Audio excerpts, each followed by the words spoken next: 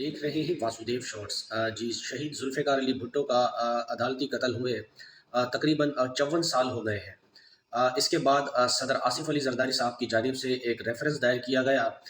वो भी तकरीबन 12 साल के बाद उसे सुना गया और कल काज़ी फ़ाइज़ साहब ने भुट्टो रेफरेंस ये था कि भई भुट्टो को जो फांसी दी गई अदालती उनका कत्ल हुआ, उसके मुतल्लिक था और अदालत ने कल ये फ़ैसला दिया। ये कहा कि जो भुट्टो का जिस वक़्त ट्रायल चल रहा था, तो उन्हें फेयर ट्रायल जो है वो नहीं दिया गया भुट्टो साहब को। लेकिन काज़ी फ़ैसल साहब ने कहा कि हम अदालत का फ़ैसला तो नहीं बदल सकते, लेकिन इतना कह सकते हैं कि भुट्टो साहब को फेयर ट्रायल नहीं दी गई। अगर हम फ़ैसला बदलेंगे तो एक नया पंडोरा बॉक्स खुल जाएगा और फिर हर कोई चाहेगा कि जो पिछले फ़ैसले जो जज साहब करके गए हैं वो जो है उसे मुअत्तल किया जाए या रिवर्स किया जाए।